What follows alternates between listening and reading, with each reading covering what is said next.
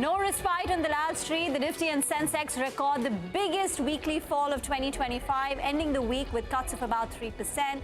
The market has given negative returns in 6 out of the last 8 weeks. BSE-listed companies wipe out investor wealth of close to 20 lakh crore rupees this week. On today's edition of Editors Roundtable, we decode the week on the Lal Street. We put the spotlight on UltraTech's entry into cables and wires. I am Reema. With me are Prashant, Nimesh and Nigel. And joining us here in the studio is Rajesh Kothari, MD of Alf Accurate Advisors. Guys, what a painful week. It was truncated, but in 4 days, we've lost 3% on the Nifty, 5% on the mid-cap index, and the lowest level since 8 months now. And portfolio, I mean, that's brutal. Can't talk about it. Right? It's that bad for portfolio investors. You know, stocks are down 20, 30, 40%, and no respite. You know, there is absolutely no buying interest, Reema. I've been talking to so many people in the market.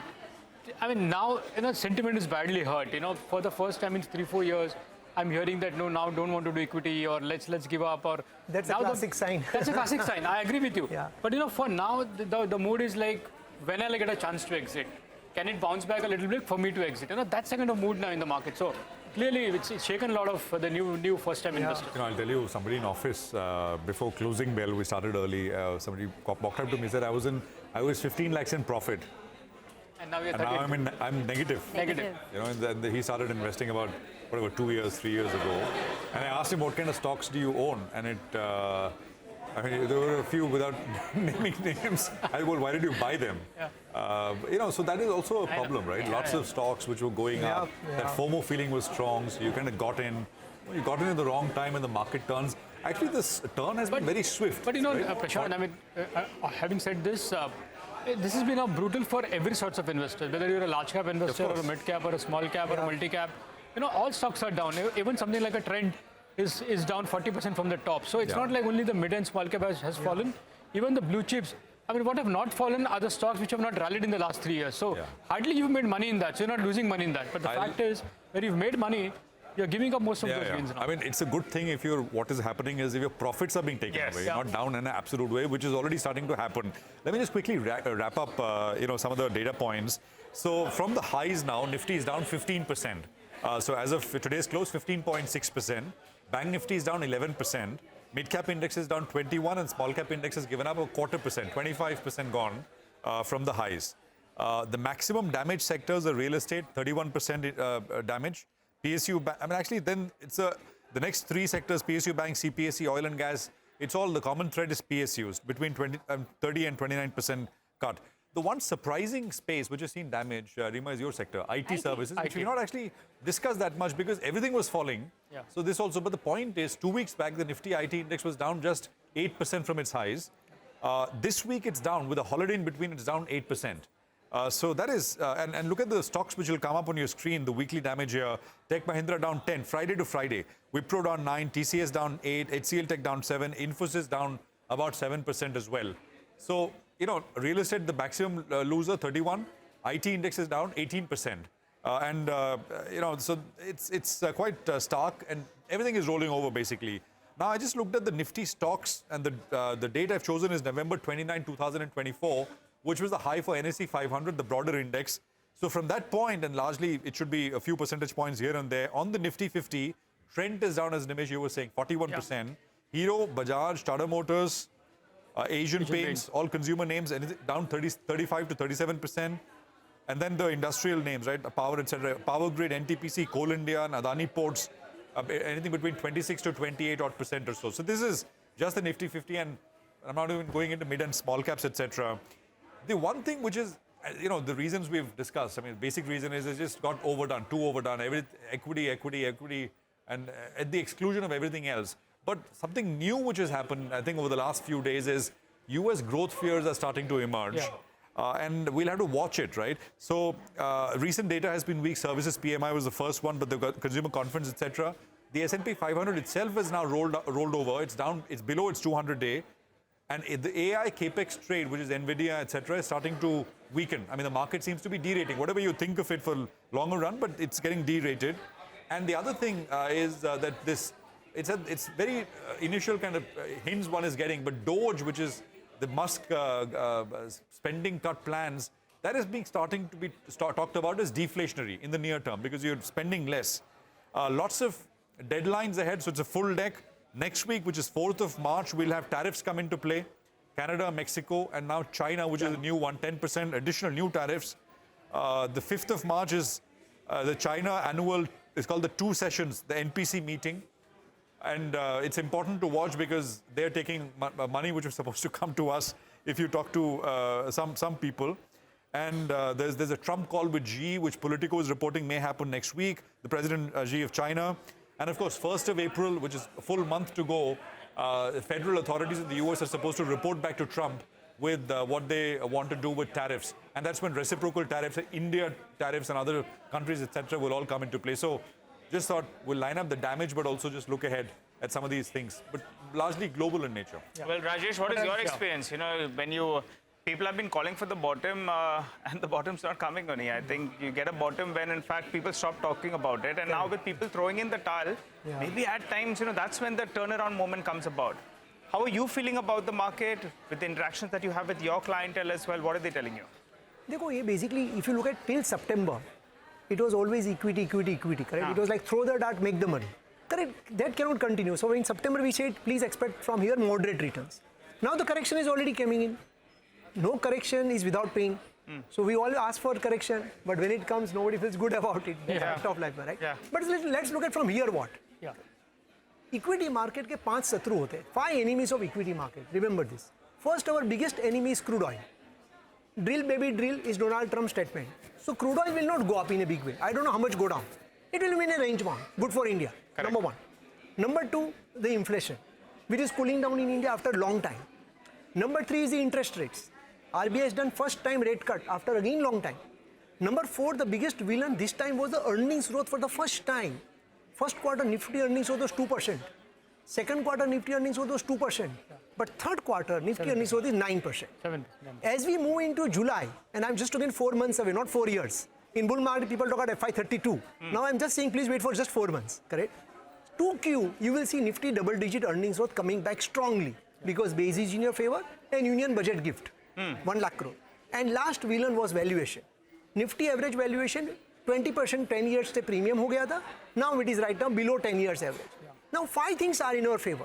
Now what market doesn't like? Uncertainty. There are 2 uncertainty. Pehle budget ka uncertainty tha for capital gain tax. That has been solved. Second uncertainty is Donald Trump, Mr. Tariff uncertainty. Now last 5 years, forget 50 years. I can give you 50 years examples. Let me give you last 5 years examples. First was COVID and second was Russia-Ukraine war. COVID continued for 3 years, but market took hit in the first 60 days. Russia-Ukraine war abhi tak khatam nahi hua hai. But market took hit from 18th February 2022 to June. So first 60 days, you get the highest impact. Donald Trump, that 60 days are about to get over. So market impact, economy impact will continue. Tariff kitna aega, nobody knows. But bulk of the market impact is almost over. So I think... So bottom line, one should look from to buy here now? on, if you ask me for the multi-cap product, one should invest from now. We always saying staggered from last 6 months. Now we are not suggesting staggered. We are saying please do lump sum investment for multi-cap. For our mid and small cap like budding beast, we are saying just stagger still over 3 months. Correct? So I think it's a very good time for investment. Look at 3 years from now on. Okay. Can you make 11-12% in Nifty? Alpha managers will do definitely much better. Answer is yes. But what your interactions with the clients, they're willing to wait that, because there is panic that's setting in. Very good question. Very good question. Is it okay? I tell you. Till September, when we ask clients, when we were talking with clients, said, "Arey, हमारे पास तो ये stock है, वो 50% बढ़ गया दिन में." The expectations are 40%. We were saying 12, 15, 18. They are saying 40%. Now all those expectations are down. Now we are saying do portfolio transfer. Because most investors or speculators or uninformed investors, they have not seen the market cycles. So they have bought just for fun or speculation or for quick money, greed. But they don't know why they have bought it. Like he was saying, he spoke with one of the person, am I right? And he said that he doesn't know what he owns and why he owns, am I right? So this is the time of active management. This is the time for discipline. So you don't do new allocation, it's okay. But even if you do your portfolio transfer and be with the active manager, whosoever he might be, whichever manager you like, you will do significantly well. Because market will double over 3, 4, 5, 7 years. Market will double, but your stocks may not double. So be selective is the mantra. Sorry. I'll just take Nifty is clear, you Yeah. said, right? We spoke with Gautam Duggad of Motilal on Monday, it was. What about mid-caps and small-caps? Mid-cap index, this is Monday's data. He said the mid-cap index on a historical basis trades at a 5% premium to Nifty. That's it. Okay, which is good. As of this Monday, it's a 50% premium to Nifty. Yeah. According to him. Yeah. Small-cap index historically trades at a 20% discount to Nifty. Yeah. Right now, it is trading at it's trading at 22 times. Nifty is at about 19 times. So still, it's at a premium. Yeah, but I think, so here there is a very big problem, and I would like to, re-emphasize this point again and again. Top 100 is called large cap. Everything else is called mid and small. 5,000 listed companies, 2% is large cap, 98% is mid and small cap. Is a wrong way to look at it. Good or bad, both are wrong. I think important is to look at the 200 companies after 100 and look at the another 200 companies after that. So if you look at the growth, if you look at the balance sheet of mid-cap companies, they become debt-free. If you look at the balance sheet of small-cap companies, I was doing that exercise. But what about valuations, Raj? I tell you. So first of all, this premium or discount, I'm just first of all trying to explain that. Why premium? If a company grows 3%, the largest FMCG company in India grows 3%, what valuation it will deserve? Still it trades at 46 times. Yeah. At 3% growth. And you have a largest consumer discretionary company, apparel company, growing at 40%, definitely it will command 75 PE. It's a 2 PEG, am I right? So I think that's what I'm saying. In mid and small, you need to be selective. Rather than looking at valuation versus Nifty premium discount, you will go horribly wrong. Yeah. No, but so valuations are okay. I mean, you're saying it's not a big problem now. It's not a big problem. Be selective. There are pockets where there is excesses, which still needs to be corrected. But there are pockets where there is a huge value emerging, particularly for the stocks which are doing 30% earnings growth. Friend, I'm telling you, in 9 months, there are companies in India which have delivered 40% earnings growth in the 9 months when the Nifty earnings growth is 2%. Now, definitely, you will not get it at 20 PE. You have to pay 50, 60, 75 PE. So are you willing to pay that kind of PE and still buy in this correction? We will look at PEG basis, to be very frank. We look at PEG basis. And anything below 2 PE is good. 2 PEG is good, provided your growth is 25% plus. Rajesh, कुछ stocks बताइए ना. थोड़ा मतलब just for education purpose for people who are watching, what kind of names, how to look at the 3-4 names with some data points. Okay. So let me give, for example, the consumer discretionary space. We hold. Please put a disclaimer because now we are talking about companies. Please put a disclaimer. We are holding for our PMS, AIF. Correct? Yeah. Say for example, you own Trend. Correct? But again, very important is how much we own is also equally important. Right? So we always believe in diversification. So diversification is a free lunch. Am I right? Like yesterday, there was a one entry of somebody into cables, wires, and stocks are down 20%. So never say conviction. It's a bad word. Never say conviction. Your conviction can go out of window. But this company has been growing at 35% even during the third quarter. Yeah. Now that doesn't mean it will grow 35% for next quarter. Let's assume it's 33 and stock goes down 20%. Take it as an opportunity. Okay. Correct? So we always look for the companies which can continue to do 25-30% for next 4 quarters. We never say next 10 years. Sure. Who knows 10 years? Sure. Right? So that's one example. Okay. Similarly, for example, we look at the companies like, for example, exchanges. Okay. So we own one of the name, which is Commodity Exchange, the largest commodity exchange. 90% market share. Yeah. Correct. Now, as more and more commodities comes into India, be it a steel, be it iron, be it a crude, be it a gold, they are the biggest beneficiary, irrespective of whether they go up or go down. Also monopoly. They are monopoly, and volatility also adds to their volumes, correct? So more products, more expiries, that will add. So always look for that kind of a moat. And where is it trading at? 30, 35 times? Depends which year you look forward. We look at normally 2 year forward, so it will be about, below 40 PE. Okay, what else? MCX Trend? Sorry, third one? MCX Trend, what else? So, likewise, like for example, auto ancillary. We have been holding Uno Minda for a very long time, correct? Stock is up like 100 times in 11, 12 years, 10,000% up. But this company has been growing at 32% compounding for 10 years. So if you think, I don't know who will gain market share, Tesla versus Mahindra, no view, am I right? But both will require airbags. Both will require sensors. So you look at the content per vehicle and look for such opportunities. Those are much... These 3 names you've owned for a long time, or these are some new additions, or you're putting fresh money? No, this we have been adding even today, and we have been holding for quite some time. Anything new you've added in this recent fall? Specialty chemical is one what we have looked for. Anything specific? So in specialty chemical, we have bought 2 companies from last, I would say 4-5 months. So one is of course Navin Fluorine, which we exited in March 2023. We made almost 14 times, and now we have re-entered again. So again, we believe that the fluorine is a great chemistry. There are only 3 players in the fluorine. Second company which we bought is a Sudarshan Chemical. It's the largest pigment company, and they made one acquisition, which is the largest company of the world with a 200 years history. Absolutely. So we believe that the growth can be exponential for this name. Third, we have added into the hospital segment. I don't want to name it. It's a very recent addition. We are still adding. And that's one of the largest hospital of the country. And again, growth is secured. And valuations have corrected from last 1 year. So almost around 30-40% from its peak. So it's a reasonable valuation. Fair enough. Let's talk about cables and wires, because that was clearly the sector of the day. On Friday, you saw some semblance of stability in names like Polycab and KEI, but for the week, these stocks were down close to about 20%, all because UltraTech is investing 1,800 crore. Well, that's right. Let's talk about UltraTech's big bet, right? They're putting 1,800 crores in the cables and wires business, and some would call it, well, they are looking at a new vertical in terms of a new business line. Some were questioning, though, what about the capital allocation? Well, the Aditya Birla Group itself, they have been very, very adventurous of late. They made that paints foray. They were looking at the B2B, commerce part of business as well, e-commerce business. They also were looking at the jewelry business, and some of those numbers should come up for you on the screen. So for the past few years, the Aditya Birla Group itself, well, they are betting on various businesses, whether it's in the jewelry space, the fashion retail business as well. They went ahead, they've done some M&A in the ethnic part of the business. They also went ahead and, in fact, they bought some stake in Ron. And besides that, they also got the manufacturing and distribution rights for Reebok. So basically, they have been quite adventurous. Now they've set their sights on the cables and wires business. And for that, they're putting 1,800 crores over the next 2 years or so.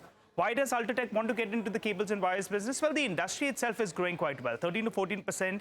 It's moving from 80,000 to around 1 lakh crore approximately. They're saying that maybe some part of the raw material could come in from the group company, which is Hindalco. And basically, they're looking at strengthening UltraTech Building Solutions business. And that's one of the key focus areas. Remember, the cables and wires business has better ROC business, is a better ROC business, though margins are a little bit dilutive. So let's bring the big numbers up for you on the screen. They're going to be putting 1,800 crores. The total revenue potential will be around 7 to around 8,000 crores with margins around 10-11% approximately. But the total market cap erosion in reaction to what they did in the next day itself was 15,000 crores got shaved off, UltraTech itself, 13,000 approximately. While for this cables and wires business, they lost more than 30,000 crores of their market capitalization. What is the street concerned with, particularly with UltraTech Cement? Well, they're questioning the capital allocation. Why are you looking outside cement? We are investing in you as a clean cement play, but you're looking at a non-cement business. The other factor is, they said if the group wanted to do it, they could have done it via Grasim. Now, here's the important part. The cables and wires business was nervous because they feared this is the paints moment. When the Birla Group made their entry into paints, we know what happened. So that's up for you on the screen. The paints industry itself, there was a bit of a derating of the multiple. From around 60 times, it's come down to around 30 times. The fear is that the cables and wires business that saw a re-rating, will it affect the multiple out there? And there are a couple of factors that are common. What's common? The unorganized market is approximately 25% in both of them. But there is a difference. Why? There were a few number of players in the paints business that dominated the market. For example, close to around 6 players had 90% of the market. While in the cables and wires business, well, you have not more than one player that has more than 17 to 18% or thereabouts. And that comes up for you in the screen. The market leader only at around 17%. In this case, it was around 55% approximately. So a few factors that should come up for you in the screen. Why is the paints business much different from the cables and wires business? One is, it's a fragmented business. You have leaders in various geographies, so that's point number one. The other factor is, the distribution for the wires business is very, very different from what paints was. Cement as well as paints, there could be some kind of, some kind of integration out there. But you'll have to build the distribution business right from start. And also besides that, a few more factors. Approvals need to come through for the cables business, as well as margins for the paints business. Well, they're not as much as what it was for the cables and wires business. So limited scope out there. So that's going to be the big question. Will it be as disruptive as what Birla Opus did in the paints business as well? I want to ask you, Rajesh, about that. What is your take? UltraTech, they have announced this. Everyone was unhappy. UltraTech shareholders said they don't like this. Cables and wires shareholders were like, this is going to be an intense competition. Is it a buying opportunity? Because post Thursday's reaction, actually, on Friday, you did see some buying. Your take? Yeah. See, basically, Nigel, if you look at characteristics of any multi-bagger, see, किसी के मत्थे पे तो लिखा नहीं मैं multi-bagger, correct? But typically, how a company becomes multi-bagger? Only when you deliver multi-year compounded growth, correct? 20-30% kind of a compounded growth. Now, if you look at for any company for that to happen, if you remain only in your industry, your growth in the long term will be equivalent to GDP growth. Now, you are already largest in cement. Right. That means your growth will be GDP plus minus 2%. Correct? Now, if you want to grow 18% in future, after 5 years down the line, you need to enter into the adjacent segment, correct? So you map your competition, you map your moat. Yeah. That's where the entry into this kind of a new segment. But why till now you don't enter? So you know that these all are good juicy segments, but you don't enter till the time it moves needle for you. Suppose there are too many segments which is 100 crore industry size, you don't want to enter. But now this industry has become big. This industry is still going to grow another 11-13%. It is almost higher growth than typical cement industry. Please understand. Right. The valuation of this business is higher than cement business. Yeah. And the ROC of this business is higher than cement business. So you're saying it's good for UltraTech? Yeah, definitely it is good for. But what about for the cables and wires So for players? them it is a new competitor. You fight. So, but their stocks are down So 15 which to means 20%. that the multiples will contract? So basically now it is going to be 3-4 years down the line. First of all, it is not going to happen on day one. Yes. Yeah. Now they need to be innovative enough. They need to make sure that they don't lose market share. For them, it is like a one new player in the industry. Yeah. See, think of it. 10 years back, how many players were there? Actually, only 2. And then third player came. And then the fourth player came, which got listed in last 2 years. You know what I'm talking about, right? So it has become from 2 to 4 players. 4 will become 5, and you have to take probably again 6th player. But then, if your product profile is right, you will not lose market share. Correct? So it depends which company do what strategy. But it is right thing in my view. Got it. From the UltraTech perspective. That's the only way to grow. Rajesh, hold that thought. We need to slip into a very short break. We'll come back and continue our discussion.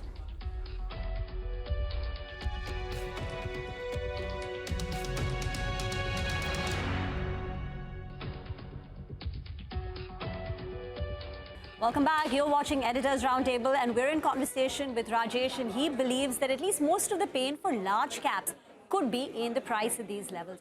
Rajesh, so you're advocating selectively adding to portfolio, and one sector where you're adding on to is IT. Yes. And IT saw the biggest hit this week with an 8% cut with names like Tech Mahindra, Correct. down about 10%. So what are you adding, large cap or mid cap, and what is dragging them down? So basically, I think this correction by and large is only today it has corrected. So all of a sudden in 1 week you see 10% down, but of that 10% probably 6-7% is today, right? Yeah. But if you look at 3 months period, then it is not that bad. The IT performance is not that bad. So we started buying from September, October onwards, correct? Now IT is linked to the US economy.